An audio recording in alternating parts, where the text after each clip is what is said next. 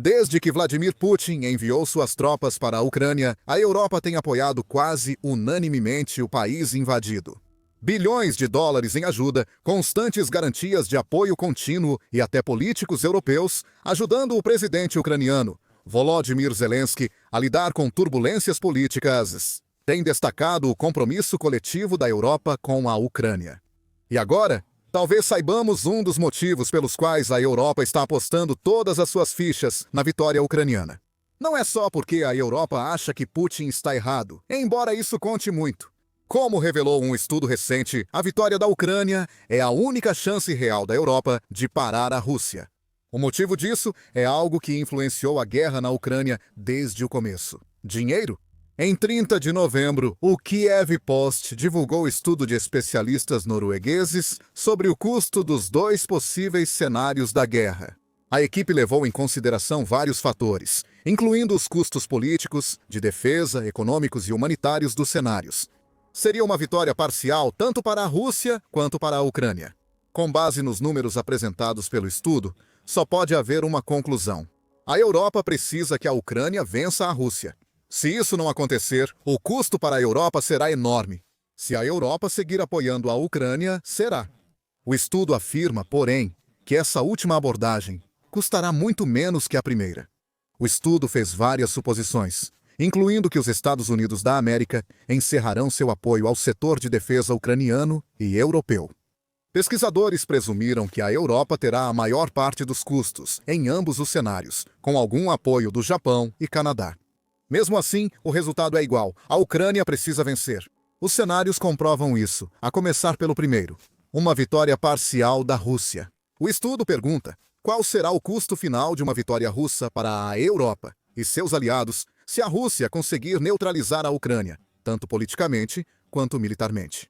O cenário prevê que a Rússia obtenha vitórias militares, ocupe mais terras até o rio Dnipro e pressione a Ucrânia a aceitar um acordo de paz desfavorável, segundo o Kiev Post.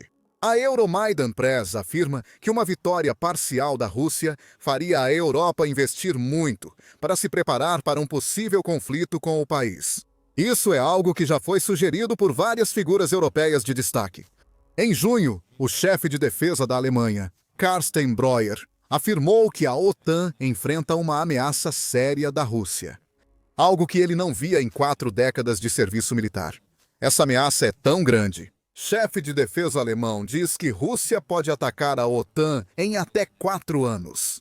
Isso cria um possível prazo até 2029 para a Europa se preparar, e esse prazo pode ser antecipado se a Rússia conseguir uma vitória parcial na Ucrânia.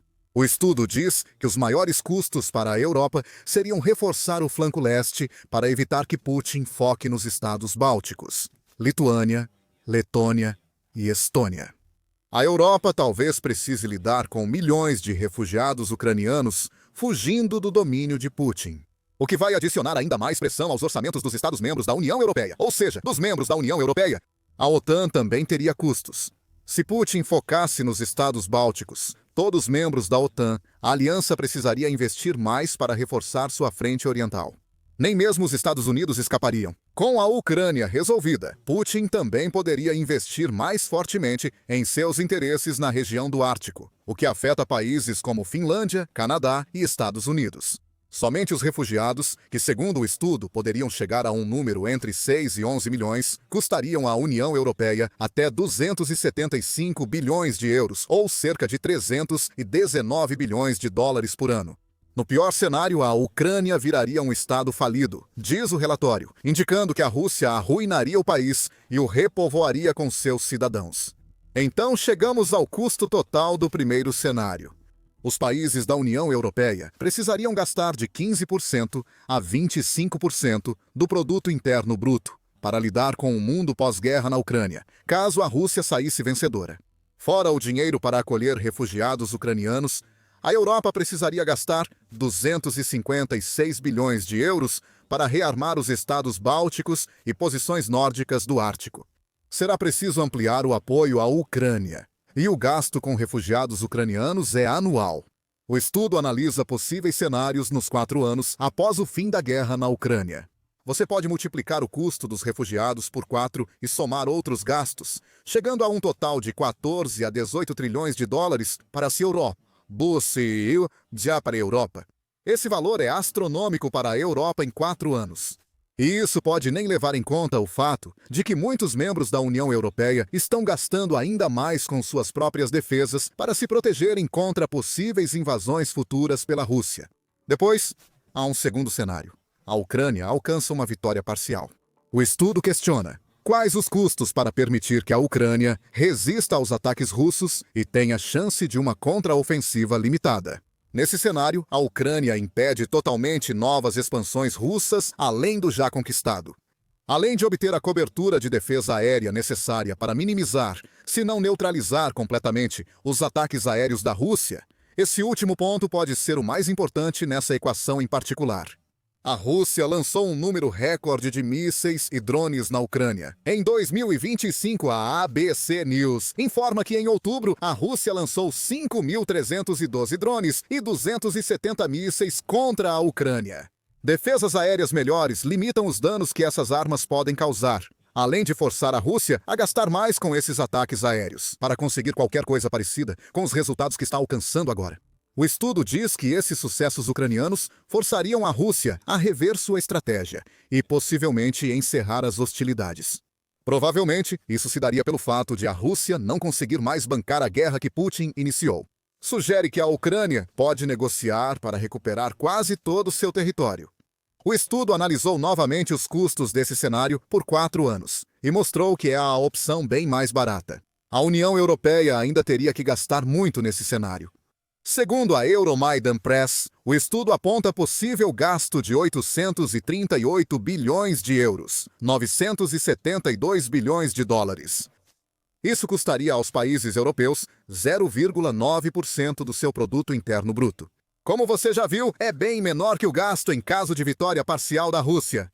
Nesse caso, o gasto da União Europeia será para fornecer à Ucrânia 8 milhões de drones, ou pelo menos fornecer o financiamento que permita à Ucrânia construir esses drones por conta própria. A Ucrânia usaria esse dinheiro para equipar 95 brigadas e comprar 2.500 tanques de guerra. Ela pode usar para se defender da Rússia e, potencialmente, começar a empurrar as linhas de contato para trás. No segundo cenário, outros fatores influenciam, como a suposição de que a Rússia estará desesperada para encerrar a guerra iniciada por Putin. A Europa usará ativos russos congelados para cobrir quase metade dos custos gerados por uma vitória parcial da Ucrânia. Hoje, a maioria dos cerca de 300 bilhões de dólares em ativos russos congelados está na Europa, com a Euroclear mantendo 185 bilhões de euros, 214 bilhões de dólares. Presumivelmente, o estudo assume que esse dinheiro, mais os juros que ele acumulará nos próximos 4 anos, seriam todos utilizados. Reduzindo ainda mais a conta europeia caso apoie a Ucrânia, os refugiados também são outro fator, não só em custos. Se a Ucrânia tiver vitória parcial sobre a Rússia, a União Europeia evitará uma onda de refugiados. Isso reduz o caos nas fronteiras e a pressão econômica e cultural sobre os países da União Europeia a longo prazo. O estudo sugere que 15 milhões de ucranianos que já fugiram do seu país voltarão para casa depois que a Rússia se retirar. O que mais aliviaria as nações que recebem esses refugiados? Apesar das suposições em ambos os casos, o título é claro. A Europa perderá entre 428 e 828 bilhões, não só para manter, mas ampliar o apoio à Ucrânia em relação a um cenário em que a Rússia conquiste vitória parcial. Somando a essa diferença financeira massiva, está a mudança na composição geopolítica global da Europa. Uma Rússia derrotada tende a evitar conflitos no Báltico e no Ártico.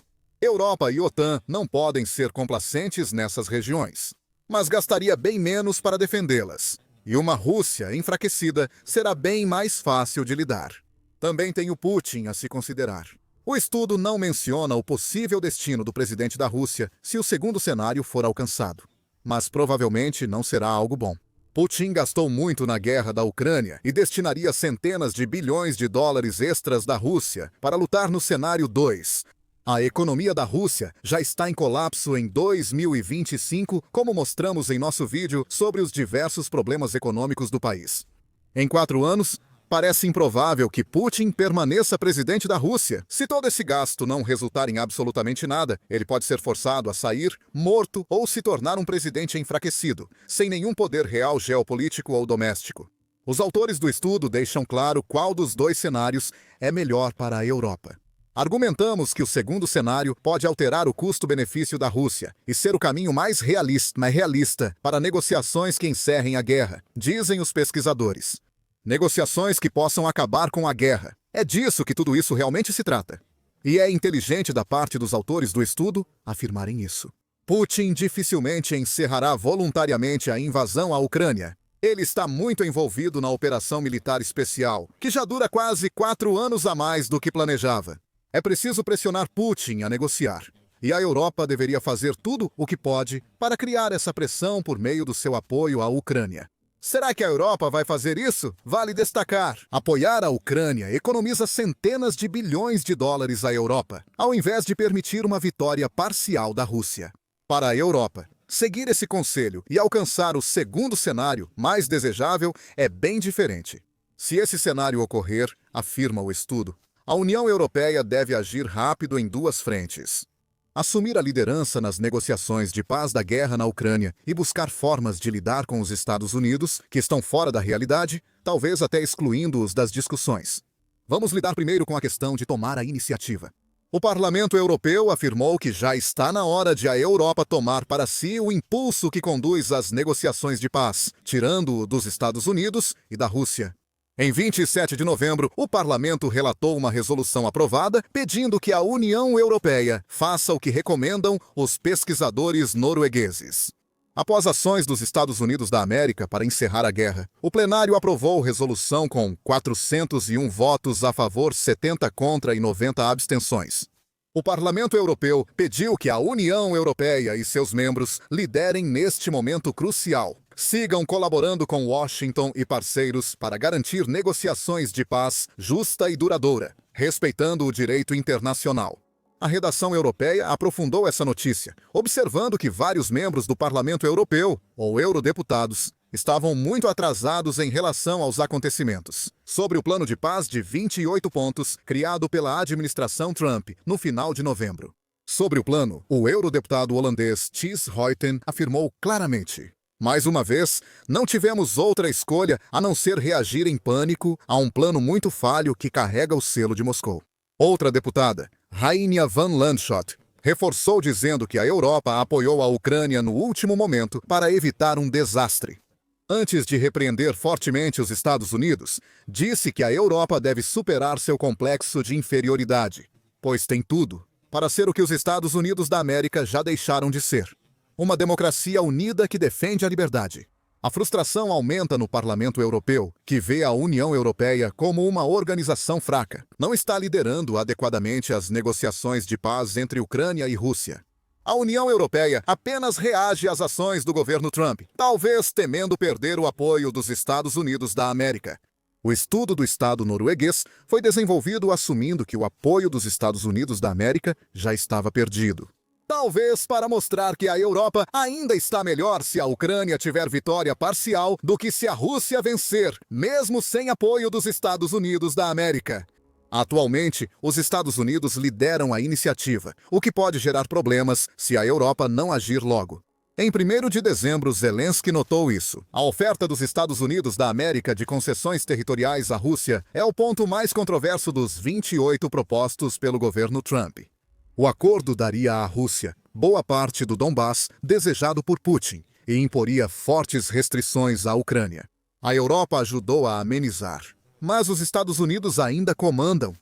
Isso se comprova pela reunião de enviados dos Estados Unidos da América, incluindo Steve Witkoff, favorito de Trump, com Putin em 2 de dezembro na Rússia. Representantes europeus não participarão da reunião. E o Guardian relata que a chefe de política externa da União Europeia, Kaja Kallas, já está expressando preocupação com a possibilidade de que a reunião entre os Estados Unidos da América e a Rússia aumente ainda mais a pressão sobre a Ucrânia. Isso será ainda mais verdadeiro se os Estados Unidos da América saírem da reunião achando que devem priorizar o que Putin quer, e não o que é melhor para a Ucrânia. Temo que toda a pressão recaia sobre a Ucrânia, que teria que ceder e assumir obrigações, disse Kallas sobre a reunião, possivelmente em andamento, enquanto você assiste ao vídeo. Enquanto que, para termos paz, não devemos perder o foco nisso. Na verdade, foi a Rússia que começou esta guerra. É a Rússia que continua esta guerra. E é a Rússia que realmente está mirando em civis e na infraestrutura civil todos os dias para causar o máximo de dano possível. Mas essa declaração só enfatiza ainda mais o problema. A Europa não liderou as negociações de paz na Ucrânia, deixando esse papel para os Estados Unidos. É estranho, já que a Europa tem mais a perder se a Ucrânia for neutralizada nessas negociações de paz. O que a Europa precisa perceber coletivamente, segundo afirmam os pesquisadores noruegueses, é que o continente está em uma situação sem vitória quando se trata do aspecto financeiro da guerra. Ela perde em qualquer cenário, mas perde muito mais se a Europa continuar jogando. Siga o líder, enquanto os Estados Unidos da América ampliam as chances da Rússia a alcançar uma vitória parcial. Isso nos leva ao segundo ponto apontado pelos pesquisadores para a Europa. Pesquisadores noruegueses disseram que o governo Trump está fora da realidade sobre a guerra na Ucrânia. Sobre o impacto a longo prazo de permitir que Putin obtenha quase tudo o que quer em um acordo de paz. Especificamente, os pesquisadores afirmam que o governo Trump está fora da realidade em relação às questões reais em jogo e que frequentemente interpreta mal a situação. Como garantir uma Ucrânia e Europa estáveis e seguras? Pesquisadores noruegueses não são os únicos a afirmar isso. Em um artigo de 24 de novembro, publicado poucos dias após o governo Trump revelar seu plano de paz, a publicação afirmou que o plano mostra que membros inexperientes e pouco realistas do governo Trump são inadequados para lidar com situação diplomática delicada. O veículo conversou com o ex-diplomata e atual professor da Fletcher School da Universidade Tufts, Donald Heflin, sobre a situação, que disse: é amadorismo. Alagoas. Já vimos isso antes. Com este governo coloca muita gente muito amadora. Rubio não é um deles. Em cargos importantes como Steve Witkoff, enviado especial para a Rússia, Ucrânia e Oriente Médio. Eles demitiram ou afastaram todos os profissionais. Outros setores americanos também criticaram o plano de paz dos Estados Unidos da América. O The Independent cita Daniel Fried, ex-embaixador dos Estados Unidos da América na Polônia. Ele diz que o plano inicial de 28 pontos dos Estados Unidos da América era tão ruim que poderia indicar uma derrota estratégica para a Ucrânia, Europa e o mundo livre. Ele diz que é positivo o plano ter sido reescrito. Agora, Trump e seu gabinete parecem perceber que permitir esse plano poderia ter sido a grande derrota de Trump. Divulgar o plano em um estado tão pró-Rússia pode levantar dúvidas sobre por que o governo dos Estados Unidos da América não percebeu o potencial prejuízo. Voluntários dos Estados Unidos da América que atuam na Ucrânia tiveram reação parecida ao apoiar o esforço de guerra local. O The Guardian informou que um veterano das forças especiais, que treina o exército ucraniano desde a invasão de Putin, chamou o plano de Trump de besteira e traição. Essa declaração é forte e sugere com evidências que os Estados Unidos da América podem estar tão desconectados quanto dizem os pesquisadores noruegueses. Nesse caso, a Europa precisa assumir a liderança não apenas para mostrar sua força considerável, porém subutilizada, mas também para tirar o governo Trump completamente da mesa de negociações. Mas os Estados Unidos da América ainda lideram as negociações.